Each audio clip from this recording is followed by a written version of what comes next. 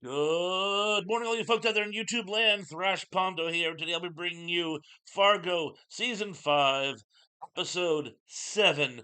And boy, is this one a humdinger. And this time, there is going to be spoilers. I can't touch this one without spoiling it.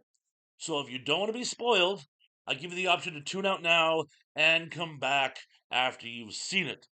3 1000, 2 1000. Okay, I'm going to press on.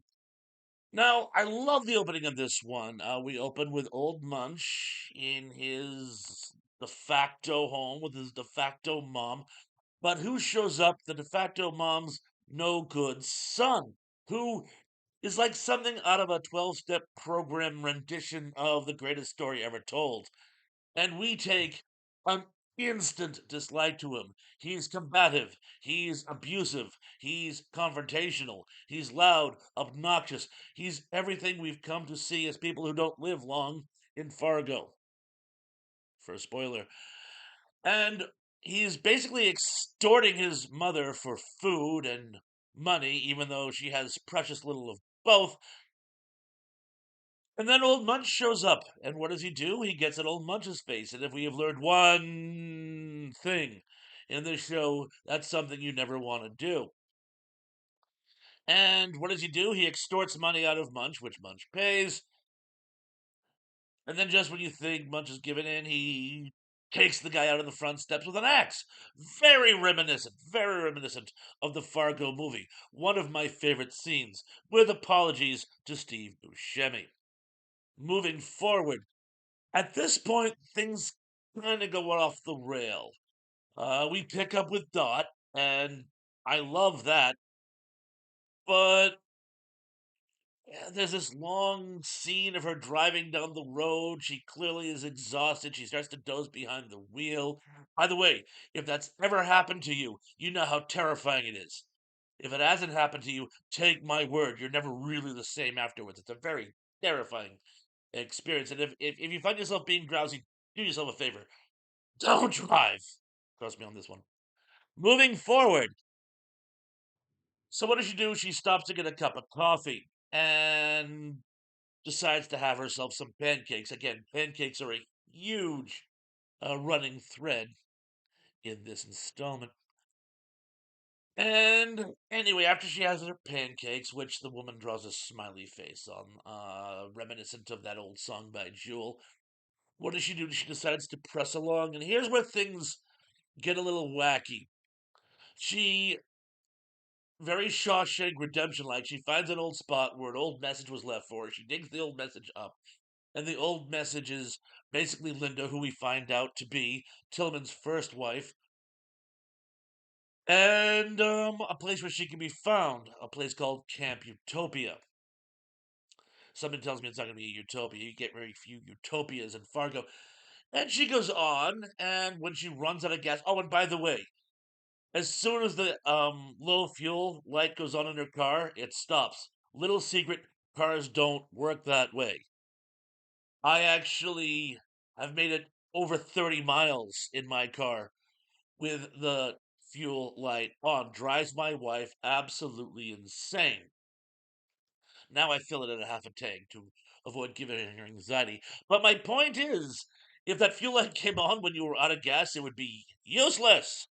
But moving forward. So she finishes her journey on foot, and she shows up, and Camp Utopia is almost mystical. It's sort of a battered woman shelter slash ski lodge, only with a very culty feel to it, almost apocalyptic feel to it. I kept waiting for someone to scream, "Not the bees, not the bees, not the bees." Thank God they didn't go down that route. But anyway, apparently Dot finds out that this is a place where abused women show up, and their patron saint, literally not figuratively, is this woman Linda, Tillman's first wife. And she goes through this long protocol to try to convince Linda to come with her so they can take down Tillman legally. She actually wants to go a legal route and have him taken down through the courts. But first, she has to go through this pantomime of creating a puppet and doing a puppet show where she tells her story. Now, I didn't object to this at all. In fact, I thought it would be a really slick way of getting some extra exposition involved. But there isn't any. Pretty much everything they show is stuff we already knew or could have extrapolated. So the whole puppet show thing is kind of a waste of time. The building up to it is kind of a waste of time. And then afterward, it was like, okay, I'll go with you. Oh, there's one more thing I have to point out at this point. I don't know if they're going for a culture clash or whatnot, but did anybody notice how many gun racks there are in this safe space? Again, which led to a whole sort of uh, cult gimmick or post-apocalyptic gimmick. I thought what probably happened, they probably were just in whatever the location shot, whatever ski lodge they decided to film this thing in, had those maybe for decoration, maybe because I don't know they're cult skiers, I don't know, but I did think it was odd that there were that many gun racks in the place. But anyway, moving forward, Linda goes with her. They go on their quest. It's on the final stretch. Dot is euphoric because she knows that she can finally take down Tillman and she has her ally. And what happens? She wakes up. Woo! It was all a dream. RUFN serious? It was all a dream? Now. I know I specifically said there were parallels between The Wizard of Oz and this season. And what better parallel than to pull the carpet out at the end and say it was all a dream?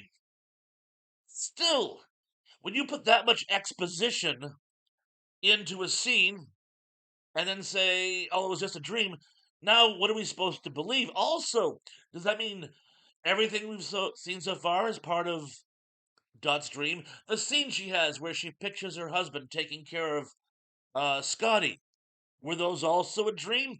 You know what? Who cares? There's one thing about Wayne. I know pretty much most people think that he isn't playing some play the fool card, and he actually is just a fool now, an even bigger fool than he was before. I decided I don't care. He's a lovable doofus, but he's taking up valuable screen time. Every time he comes on stage, I feel like Mrs. Lyons when he got wheeled out to see her when she was trying to have that very important conference. He goes, "Oh, not now." That's how I feel when I see Wayne. I'm like, can it wait? Can't we skip it? Can't we actually have more meat and potatoes and not his fluff pieces? No offense to the actor who plays Wayne. We will see how he plays out. But again, so now we have no we've seen an entire show and don't even know if what we've seen is actually canon or not. So what happens? Dot has finished her pancakes. She gets up. She leaves. Again, she's in this massive truck stop type situation. And as she's going to her car, a random massive 18 wheeler just happens to crash through the parking lot at that very moment. And it doesn't just crash through the parking lot, it hits another SUV, which almost like something out of some type of massive oh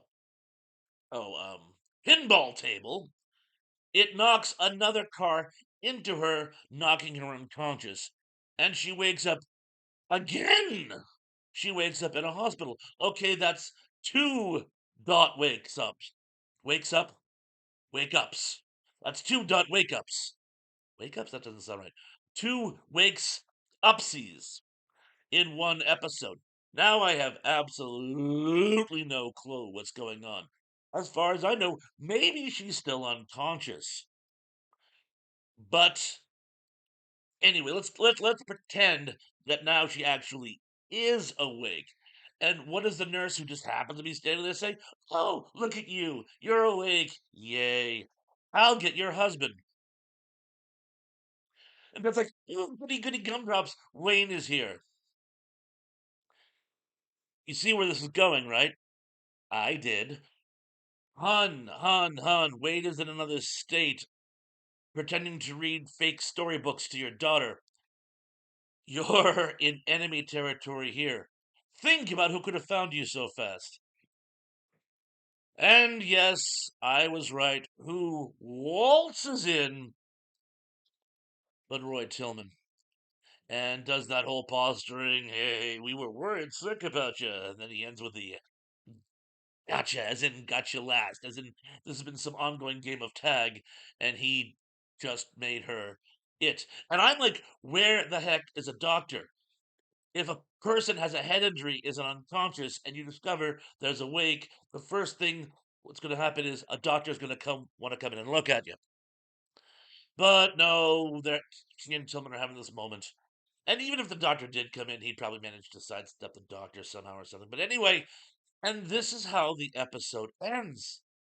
And I'm like, and I don't want to say I didn't like the episode.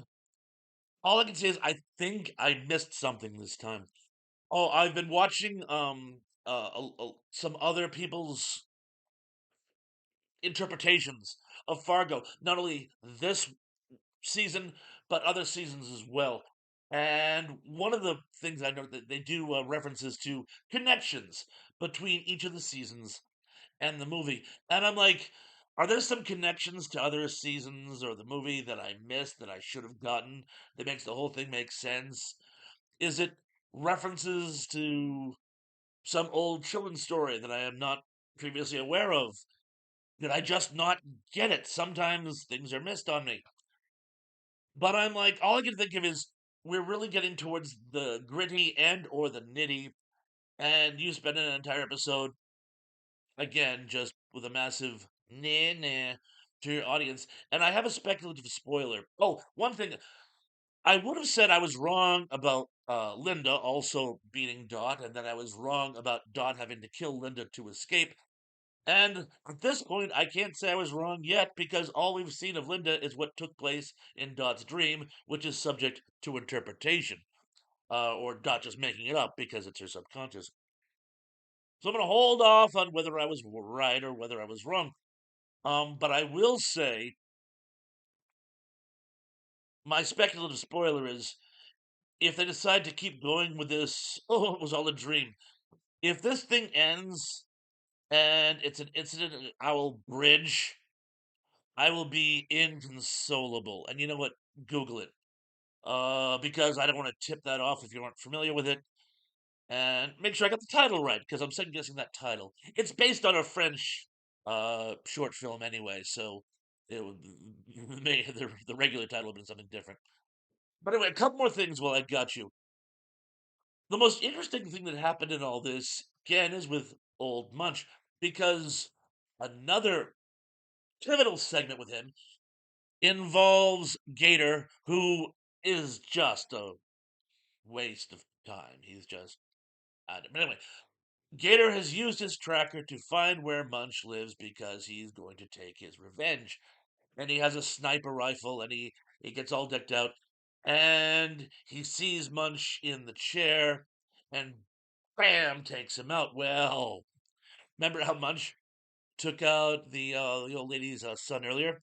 He had propped him in the chair and was he had set a trap. Munch is amazing, actually. How he knows so much about what's going on around him when he couldn't possibly is beyond me. I mean, yeah, Gator did threaten to come and get him later, but how did he know when and how and that's and the this? But anyway, he survives it using this decoy he had gotten earlier, very synchronistically, I might add. But skipping forward, Gator realizes that the bag of money. Mhm. Stay with me for just 1 minute there. The bag of money Munch had left in his car. So he tries to steal it back. The old lady who's coming back from a beer run sees Gator and tries to fight him off, and he ends up killing her. And when Munch comes out, he makes a face, which actually scared me. I finally figure out what Munch reminds me of. Remember the old Gollum from silent film? Boy, could we use one of those right now? He kind of reminds me of the Golem. But when he's kind of looking around, he reminds me of one of those old, really creepy stop motion animations. Check him out on YouTube. You'll see what I'm talking about. Oh, and by the way, that bag of money that he very conveniently left in his car. I don't know if he had his own tracker. I don't know. Something tells me that's not just the bag of money. Something tells me that Munch did that deliberately for the purposes of getting Gator, because Gator, there's an old saying from Ike Claudius, no one will ever accuse you of being devious. Gator is just a moron. And somebody tells me this time it's going to cost him. Anyway, we still got a lot of storylines up in the air. We didn't even see Olmsted or Lorraine Lyons this week. They're sort of, I'm guessing, gearing up probably for the Tillman election. We still don't know how old Doug is going to play out here. We do know old Munch is back in the game and really angry this time. So, anyway, you tell me, how much of what we saw today do you think is true? How much of what we saw is completely fanciful? How much is just even germane to the plot at this stage?